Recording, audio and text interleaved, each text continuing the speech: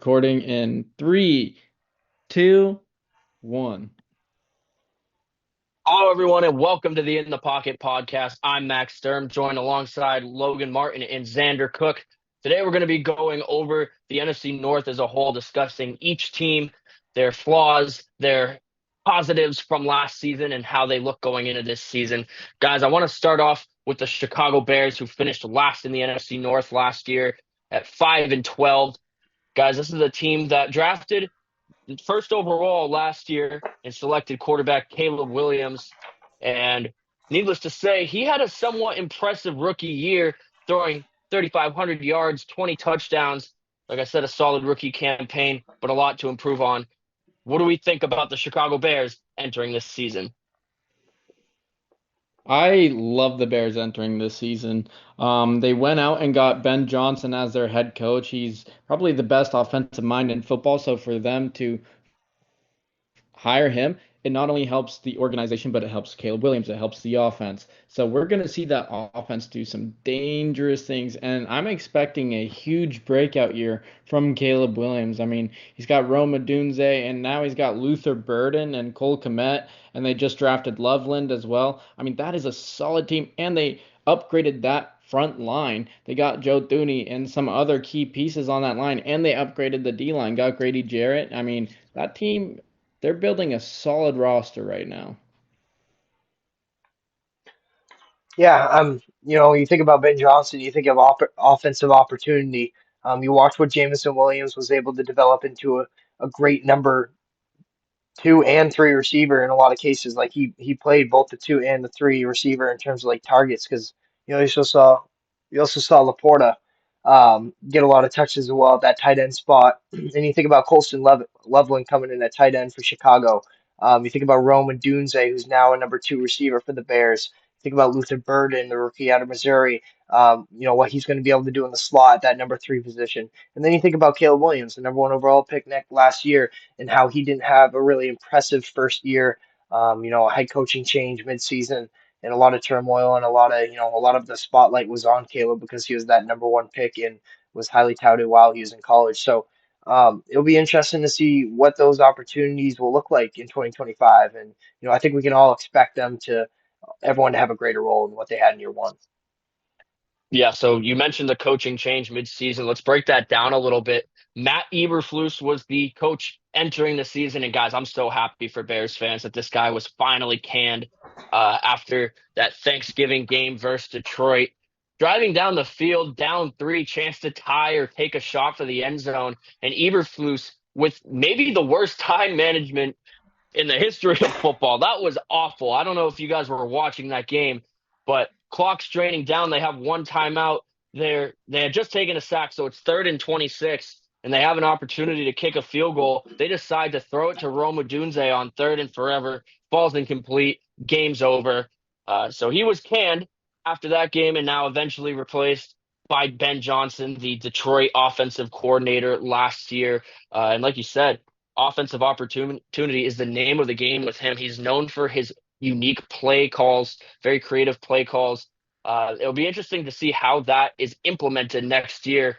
And then going back to Caleb Williams a little bit, guys, I think he has the chance to break out, like you said, Xander, but there's a lot of things that need to improve. And one of those is his pocket presence. I feel like he's very unsettled in the pocket at times. But behind this new and improved offensive line that we're talking about, that should help him significantly. But let's say he is forced out and out of the pocket. He becomes a little bit erratic. Sometimes he holds on to the ball too long, and if he doesn't, he's quick to make an ill-advised throw that ends up turning into an interception.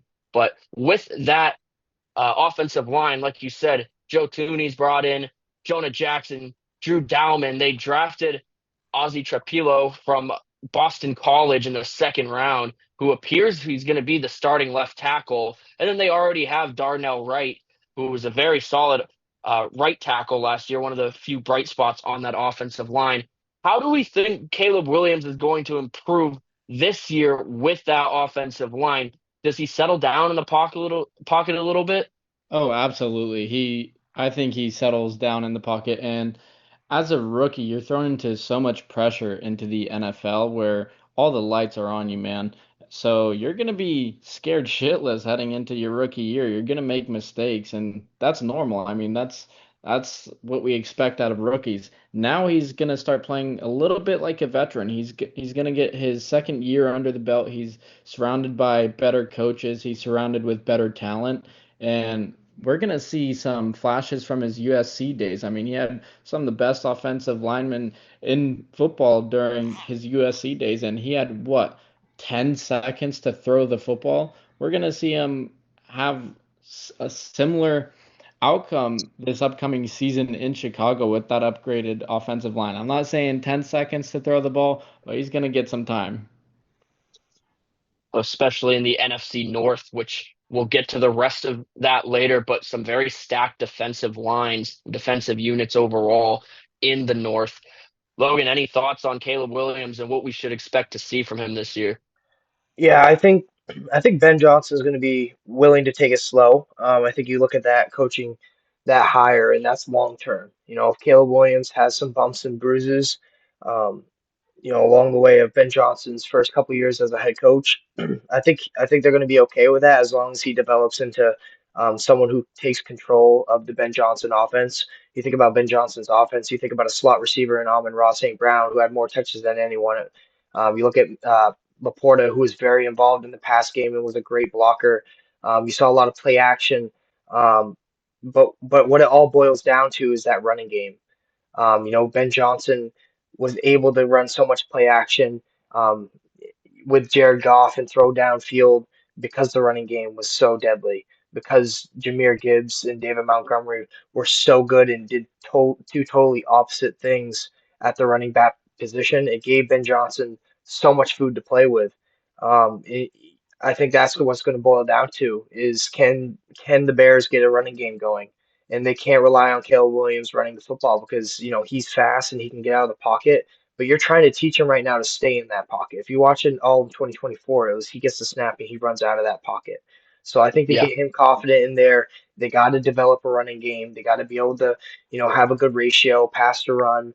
And Caleb Williams is going to have to get so familiar with this offense because if he can get that key to fit perfectly in that lock and unlock this Ben Johnson offense, this Bears team could be just like what the Detroit Lions were able to do in 2024. Um, will it happen this year? No, but I think it will be in the next 2 to 3 years if we see steady improvement. Yeah, and we could discuss a little bit later on about where we think they might fall in the North this year, what their ceiling is. But I think it's also important to talk about the other side of the football as well. This was a team that went from first to 27th in rush defense last year. A complete failure of the defensive line, not being able to stop the rush, and again facing some very solid running backs in the North with David Montgomery, Jahmyr Gibbs, Josh Jacobs. Aaron Jones. Those are not guys that are to be taken lightly, and two of them were new to the North last year. So you expect a little bit of a fall off, but from first to 27th is quite Yeah. crazy. Uh, I think it boils down to the fundamentals, though. All 11 starters for that Bears defense missed at least 9 tackles last year, with star cornerback Jalen Johnson leading that statistic. And I also think they were a little bit inconsistent. They showed flashes. They were one of the better teams in the pass rush. They did have 40 sacks, but they would go one game where they can hold playoff teams like the Rams, Commanders, Packers to 20 points or less, but then they go up and they give up 25 plus points to teams like the Cardinals and the 49ers, which the 49ers are nothing to shrug off your shoulder, but they were very injured last year and were Right. not the team that they have been in previous years. So that defense certainly needs to improve. They went out and made some changes there by getting Grady Jarrett. And then signing a few other guys. And they have Tremaine Edmonds, Jalen Johnson, several other guys on that defense that are going to be good for them, but there needs to be a turnaround. Yeah, man. If you look Yeah, at the stat, 30th in yards per play. Sorry, Xander, you go right ahead. But that Bears defense gave up 5.9 yards per play last year in 2024. That is Yeah. ridiculous.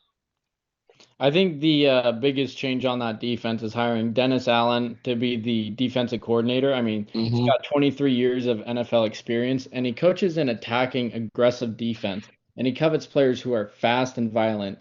So the Bears defense that features a pair of Pro Bowlers like Jalen Johnson, and Montez Sweat. Sweat obviously had a dip in his sack production last year, and Johnson excels in coverage and will get to display those skills under Allen, who likes using man-to-man coverage in his defense. And then you also have veteran linebackers like Tremaine Edmonds and TJ Edwards, who also should thrive in Allen's system. I mean, Edmonds is a long, fast, athletic freak, while Edwards is instinctual, he's aggressive, and he's tough. So the Bears rewarded Edwards, who's also from Chicago, with a 2-year contract extension.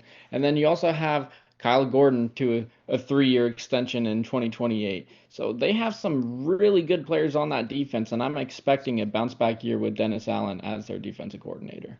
I don't think I want to rebuttal a little bit on that. I look at this division. Look at the receivers in this division. Not, Amon-Ra St. Right. Brown, Jamison Williams, Tim Patrick even had a lot of bright spots in Yeah. Detroit. Um, Jordan Addison, Justin Jefferson, and then Packers, Romeo Dobbs, Jalen Reed, Jaden Reed, all those guys. Jaden Reed, There's a yeah. lot. And they There's just, a lot of competition at the wide receiver position. They are going to and have a tough time. And guys, I think that this is something that we don't expect to see an immediate turnaround. We think of the Bengals in 2021 or 2022 when the year they went to the Super Bowl, where they went from a 5-win team into a 12-win team off the play of Joe Burrow. I don't think that we expect to see that from the Bears this year, but certainly some improvement with the changes that they have made on their roster on both sides of the ball. They could definitely be a sleeper team this year. Playoffs, I'm not exactly sure that they'll make that, but I think that they're definitely in the running. Very tough division. I was gonna say, do you think Yeah, this is the toughest division in football? I think it's I one of them think for so. sure. You gotta think about this, and then honestly, the NFC East is also very tough right now, outside of the Giants. But yeah, Right. This is really the division I think about where all four teams are going to be in the running for a playoff position. Yeah, Especially with the no, weakest link definitely. improving in Chicago. So Um, Yeah, I have Chicago improving on their record. I have them missing the playoffs, um, but they're on the right track. I have them at an 8-9 record, and I think that's pretty solid turnaround for that team this upcoming season, and it should give Chicago fans a bright spot for sure. Yeah, I agree. Moving on to the next team, and the first of three playoff teams out of this division last year, the Green Bay Packers finishing third in the division with an 11-6 record just shows you how tough this division is. Guys, this was a team that really did the opposite defensively of what Chicago did. They went from 17th to 5th in total defensive ranks, 31 takeaways. And then on the offensive side of the ball, they go out and they get Josh Jacobs, who puts up a stellar season of 1,300 yards in 2024, which ranked fifth in the league. Their offensive line allowed only 22 sacks all season, which was second best in the league. This is a team that has a lot of explosive ability too. We talk about the wide receivers that they have: Jaden Reed, Christian Watson, Romeo Dobbs, Matthew Golden, uh, Dontavian Wicks, McCole Hardman, all guys that are uh, big downfield threats at times. Very young receiving core. They had 7 plays of over 50 plus yards this year, but I really think the failure of this offense for them quite often has been Jordan Love. And not to say that Jordan Love is a bad quarterback, because he is not. He has shown so many flashes, but he has yet to prove that this contract of $55 million a year was deserved. You talk about a guy who starts the season off relatively slow, at least from a stats perspective, and then kind of builds it up over the year. Maybe that's something to expect getting better over time, but then he goes to the playoffs and he lays an egg, a 1-2 playoff record with an average passing rating of 83, and then a total of less than 700 yards, 5 touchdowns, 5 interceptions in the postseason. I think Love has really been the opposite of an X factor for the Packers, and when it matters, he does not show up. yeah, I hot take, but I think Jordan Love's on the biggest hot seat in the NFL.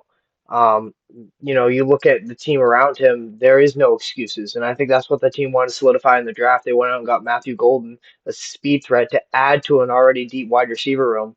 And I think that's their way of being like, okay, you have no more excuses. You could have came back from that injury and played just fine, but you didn't. You didn't have that 2023 year in 2024. You look in 2023, he was 4,100 yards, 4,100 yards, and then 2024, 3,300 yards. That's a big dip. You're talking about seven less touchdowns and the same amount of interceptions in less games. And you look at that team around him; they had a great offensive line. Um, uh, Josh Jacobs was running the ball phenomenally, and even when Malik Willis came in to replace Jordan Love, they found ways to run the football and dominate on offense. So this season lies on Jordan Love. They have the pieces around him. They drafted great on defense. They got rid of Jair Alexander, but I don't think there's really any questions that this Packers defense can't do what they did last year. Um, the spotlight's on Jordan Love. He is the Dak Prescott of the NFC North, except he has a better team. Yeah, and Love, he described his second season as the starter as inconsistent, which is a very fair assessment. He had early season knee and groin injuries, which hampered his mobility, and his pass catchers dropped 33 passes, and that Yeah. obviously did not help his 63% completion rate. So he definitely was not good enough. But man, when Toyotathon happened, I mean, that dude was on it. He was killer on the field, man. And yeah, he laid an egg in the playoffs, but look at the freaking defense he faced. That is a Hall of Fame Yeah. defense that Philadelphia put together. So I wouldn't expect there's a reason no passer succeeded against that defense. I mean, look at Mahomes in the Super Bowl. So it's not a fair assessment to discredit Jordan Love. It's not um but he's one of those guys where it's like he's super inconsistent early on in the year, but when it hits December, when it hits January, that guy is on it, man. He shines bright when you need him the most. And then you have Josh Jacobs, I, who was the engine that made the offense go last season. I mean, yeah, 1,300 rushing yards, he's 15 unbelievable. touchdowns in his first season in Green Bay. And he was just brutal out there. He was a bruising back, and he's a big part of why that Green Bay offense succeeded the way it did. Yeah, I mean, we obviously, if we want to go back and talk about that playoff loss last year, playing against Philadelphia, the eventual Super Bowl champions, the 22-10 final score overall was kind of a boring game, but Love threw three interceptions in that game. Like you said, that defense is great. They applied the pressure, forced some ill-advised throws. No wide receiver had over 50 yards in that game. But I don't want to talk just about that playoff game, but how the Packers as a whole play against elite teams. They were 0-6 against teams that were 4 games above 500, which they were 4 games above 500. So it's not like that these were teams that totally outmatched them. These were teams that had similar records. They lost to the Eagles, Lions, and Vikings twice last year. I just don't think that uh, they play well against these better teams, and I think a huge part of that is against Jordan Love. Not to mention, this team went 1-5 in the Right. division I was last just year. about to say you're 100% right on that. They won 1-5 in divisional games in 2024. And there's no excuse. I've already touched on it. They put everyone around him. They drafted deep at tight end. They drafted deep at wide receiver. They added pieces at O line. They brought in Josh Jacobs, who had a great year, arguably a top three running back in the NFL last year. And you look at Jordan Love, he was only sacked 14 times. He was sacked 30 times in 2023. What did they do? They improved the O line around him. He sacked 14 times last year, and he still dealt with injury. Mhm. They're at this point where like the defense is looking sharp. If they don't draft defense in the next couple drafts, if Jordan Love doesn't play good, I think they're looking for a quarterback in the draft next year. Mm, I don't know. I'd say give him some time. I mean, this was only his second year as a starter, But if and he's he's but if he's injured again this year, if you think he misses half the season, do you think they're gonna rely on him for another year? I definitely think so. I mean, the way he's played these past couple years, it's no question that he's their starter long term. Well, I Um, think they're committed to him now at this point yeah, with the e- contract that they gave him, exactly. right? $55 million a year. they have to stick with him, but how patient are they going to be? I guess is the I question. Will mean, they entertain trade offers? Will they try and put him on the table? Like you guys mentioned, they go out and they get Matthew Golden, who is a speedster from Texas, and they need that. They need somebody to open up the rest of the field because I don't think Jordan Love has the vision that some of these other quarterbacks have when it comes to finding the right pass. And like you said, they do drop some passes here and there. 30, 33, you said 33 drop passes from the pass catchers last year. So Jordan Love is not all to blame for this, but I think that he struggles in those big moments and against those bigger teams, which if you want any chance at winning in the playoffs, you can't have. And we saw it in January last year. but Yeah. I also there's no way for the Packers to have a 1-5 divisional record when you play the Bears twice. So, you know what I mean? You got to at least win one of those games against the Vikings. You Yeah, look at that roster, that they're more than willing to to beat one of either the Lions or the Vikings at least once. They have the roster yeah, for it. definitely. I also want to touch up on that receiving core. I mean, drafting Matthew Golden in the first round, that is immediately going to help Jordan Love. And then they also selected the Swiss Army knife out of TCU, Savion Williams in the third round. I think that's an yeah, awesome pick. And that's a then steal. Mm, exactly. And then Christian Watson, he's likely sidelined until November, so the Packers believe that Jaden Reed and Dontavian Wicks will make major year three jumps after not elevating their games as much as they hoped last year. And then up front, the Packers are in transition and appear to want bigger road grading linemen to bolster Jacobs' physical running style. So they signed Aaron Banks, who's a 6'5", 325-pound left guard, and then they selected 6'6", 335-pound tackle Anthony Belton in the second round of the draft to fit that narrative for Jacobs. So they upgraded their receiving core, and then they upgraded the offensive line again. So Love was only sacked 14 times. We might see him get sacked maybe 8 or 9 times this right. season. So, They ran a so, lot of so let me six O ask you, line personnel too. It was cool to Mhm. see that. Yeah. yeah. So let me ask you, Xander, if they made all these improvements on paper, it looks very good. If they made all these improvements and Jordan Love goes out and has another crappy playoff game, they lose in the wild card again, do you still believe in him? That's where it gets tough. Like it obviously depends on the circumstances too surrounding that playoff game, but if he just shits the bed, I think you do start to have those internal discussions. Can Jordan Love be that guy? We saw it against Dallas a couple years ago where he was lights out against that team, and then he almost upset San Francisco in San Francisco. He had an awesome playoff game, and it wasn't until he had to play Philadelphia, the best defense probably over the last, what, 5, 10 years. I Yeah. wouldn't put them in 2015 Broncos status, but they're pretty damn close. Yeah.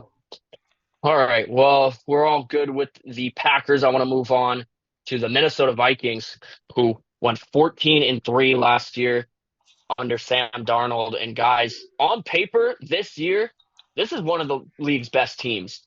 They have, in what my opinion is the best wide receiver in the game in Justin Jefferson, an elite wide receiver too in Jordan Addison, a great run threat, running back duo in Aaron Jones, sorry, and Jordan Mason, a great tight end in TJ Hawkinson, an elite O line, the best defensive line in the game, maybe outside of the Philadelphia Eagles.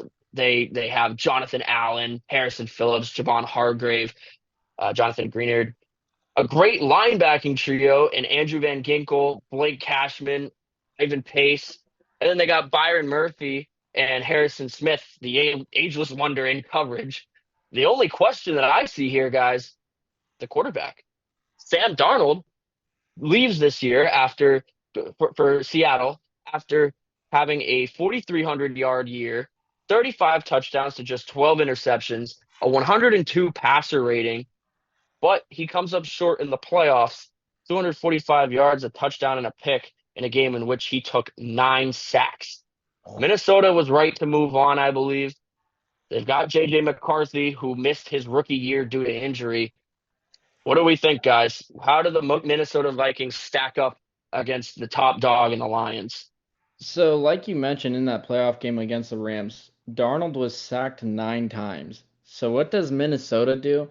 I mean, better pass protection isn't the only reason the Vikings changed all three interior line starters. O'Connell has had one of the NFL's worst rushing attacks, ranking 24th or worse in yards per carry in each of the past 3 years.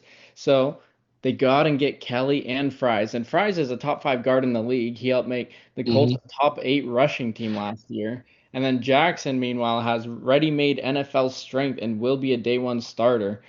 So, and they have, I mean, they have Christian Darrisaw, who's expected back in week one from that ACL surgery, and right tackle Brian O'Neill, who is also elite. So they go up and they solidify that offensive line. So now JJ McCarthy is in a position where he can succeed. He has TJ Hawkinson, he has Jordan Addison, he has Justin Jefferson, three elite receiving targets. And now he has one of the best offensive lines in the league on paper. He's he can do some good things this season. Yeah, outside of the quarterback position, I think they fixed the biggest question mark at running back. Can Aaron Jones still be effective at 30 years old? He had hit one of his best statistical seasons last year. But at the running back position, your career is short-lived compared to other positions. So I think bringing in Jordan Mason, who showed a lot of promise in San Francisco. That gives a solid backup option for the offense. But talking about JJ McCarthy, one thing that I love about him, um, out, which I didn't love about Sam Darnold, is he does whatever it takes to win the game. You see him at Michigan; he didn't put up all those numbers, and that's why a lot of people question why the Vikings took him so early in the draft. Um, but he does what they need to do to win, whether that's hand the ball off 40 times, or if that's throwing slant routes 35% of the time in the pass game. He just makes it happen. You look at other quarterbacks who do a similar thing, like Jalen Hurts, Tom Brady at times could play that role perfectly. And I think what JJ McCarthy was able to do at Michigan, just do enough to win, he's going to be able to do the same thing in Minnesota, especially with great wide receivers around him, which will only help him when he's throwing the football. Yeah, I think it was a common misconception that uh, Blake Corum kind of carried Michigan's team to the national title, which just simply was not the case. JJ McCarthy was a solid quarterback. He had 3,000 yards, 22 touchdowns to just 4 interceptions that season. And yes, he had Blake Corum, but he was slinging the ball. He was doing his thing out there and still brought them to the championship and performed well in that game. I think that I'm not saying he doesn't have an excuse because it's going to be his first year, right? His first full year in the NFL. Uh, but he's set up so well to succeed with this Vikings team, not just with a great defense on the other side of him, but with all of the wide receivers he has, pass catchers, if you want to include Hawkinson, and then you got Aaron Jones and Jordan Mason in the backfield who are going to be those guys that you can hand off the ball to if that's how the game's going. You got to hand it off 40 times a game. So, yeah, do I think that he's going to be a 4,000-yard passer? No, he's not going to have those numbers that Sam Darnold had, but he's going to play good situational football. And especially with Kevin O'Connell, he knows how to run games and how to adjust mid game to things. We saw it. That's why they had a 14-3 record. They were down several times in games where they came back after halftime Yeah. because they made great adjustments. If we want to talk a little bit more about this team and what they've added this year, obviously the defensive line last year wasn't terrible, but it wasn't great. I felt like they didn't get to the quarterback enough, and that was one of their issues that they had. But they go out and they get defensive tackles, Jonathan Allen and Javon Hargrave, who are elite in their own right, and having them on the same line is going to be crazy. Uh, Will Fries at offensive tackle, like we said, a top five offensive tackle in the league when healthy. They go out and they get center Ryan Kelly. They have Donovan Jackson as their first round pick out of Ohio State to also add. And then another guy I really want to touch on is Ty Felton, the third round pick out of Maryland this year. If you guys thought that Justin Jefferson and Jordan Addison already made a really great wide receiver core, let me tell you a little bit about this guy. He was first team All Big Ten and third team All American on Maryland, on a terrible Maryland team. This was worse than when they had Stephon Diggs, which, if you don't know a little bit about Maryland, you know that their team was not good when Stephon Diggs was there. He goes for 1,124 yards and 9 touchdowns. He's speedy. He's going to complement Jordan Addison and Jay Jettas very well with his speed. And being the wide receiver 3, which he's listed as right now, he's not going to get a lot of attention. He's going to be able to make those plays. He has great downfield separation, a very good deep threat, fantastic positioning, and he has very reliable hands. Is he going to get you those yards after catch every time? No, but he has good vision, and if he sees a hole, he's going to get through. I just think that with that receiving core, adding Ty Felton, adding all of these other guys on both sides of the ball, I would not be surprised if JJ McCarthy, let's say he has a really good season, really good first season, I would not be surprised to see this team win the North. I'll put it out there right now. I think they can win the North. I can back Yeah, that. I can back they that. have the chance to do so. We are running short on time, so I think we should move it on over to the Lions. And And yeah, this one, I'm excited to talk about because they lost Ben Johnson and they lost their defensive coordinator Aaron Glenn to the Jets. So there's a difference in coaching staff. Are they gonna replicate their 15-2 record or will they have a down year? It's going to be interesting to watch the Lions this season, fellas. Yeah, it's still Super Bowl or bust for them. I don't think the model changed in Detroit. You know, you look at past teams who lost their OC and their DC. You know, the 2023 Eagles who went 11-6 and then lost in the wild card. 2024 Bengals went 10-5-1, lost in the wild card. And then the 2007 Chargers won 11-5 after losing their OC and DC, and they lost in the conference championship game. And you look at those teams, and on paper, the Detroit Lions are leaps and bounds over those three teams that I hmm just named. You know, I think they're in great shape. I think you know, Dan Campbell is a great leader. He gets those boys fired up regardless. But let's not, you know, Ben Johnson was a great offensive coach.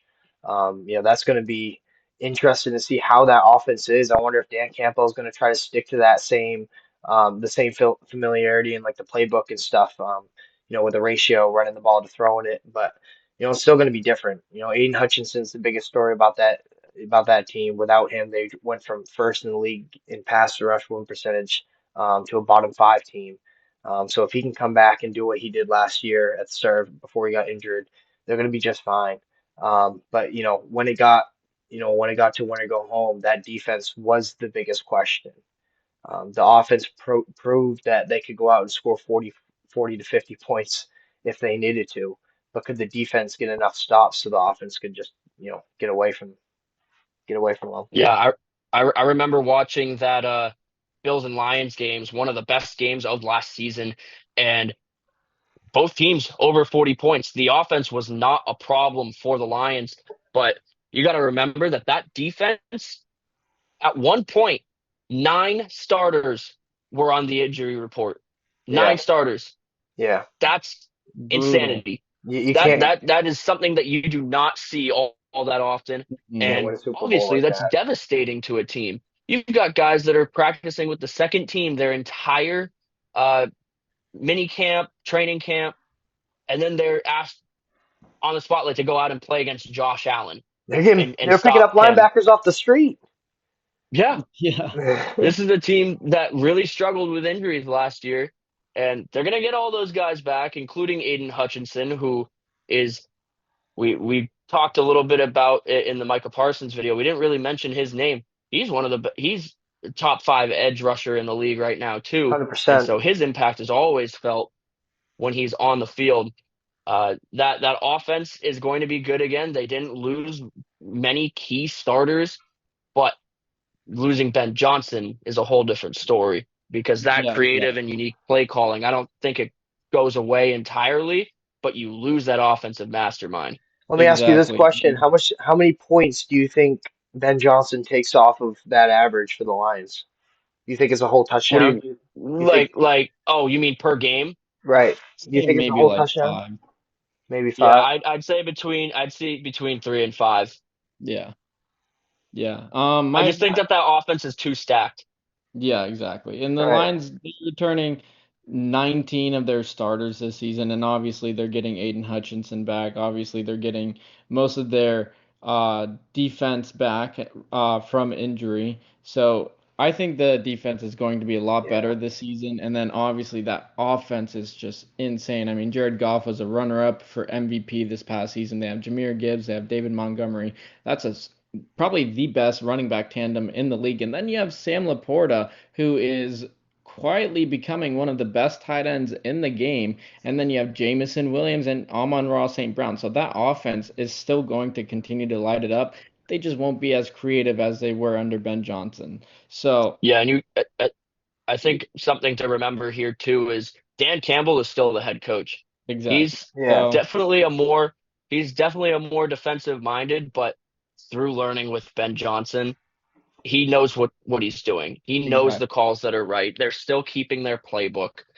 I I don't see this team falling off too much. Will they win 15 games again? Probably not. Their schedule is uh it's Brutal. difficult. There are some Yeah. games in here that they are going to lose. I don't think they win 15 Exactly. games. So my final analysis is that they know it'll be hard to match that 15-2 record success from a year ago, especially since they have the second toughest schedule in the league. I mean, they have road trips to Kansas City, Philadelphia, Baltimore, Baltimore. Washington, Cincinnati, and the Rams.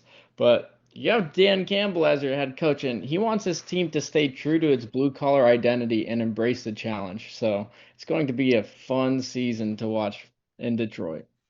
That game versus the Ravens is going to be really exciting because I think those are two high-powered offenses and, when healthy, two high-powered defenses. Uh, Potential Super Bowl matchup. Honestly, Yeah. I, I think those two teams could make it to the Super Bowl. I do feel like teams that play in domes, very good teams, when they have to go out and face harsh weather environments, I think that plays a lot into it too. Especially when you have a wide receiving core that's so deadly. Do you think I think it's pretty easy to say that Jahmyr Gibbs and David Montgomery are going to do exactly what they did last year. Um, Mhm. but it'll be interesting to see who gets the majority of the snaps. Perfect. Yeah. Right. Max, you I want to think wrap it up? Yeah, so thank you all for watching the first episode of In the Pocket. We'll be back weekly to continue talking about the rest of these divisions as well as all of the breaking news. We did cover the Micah Parsons and Terry McLaurin trade requests already, so make sure you go and watch those. We will be back next week covering the NFC East, another division that is going to be interesting to watch this year. So for Max Sturm, that's Xander Cook, that's Logan Martin. Have a great rest of your week. Good night. Perfect.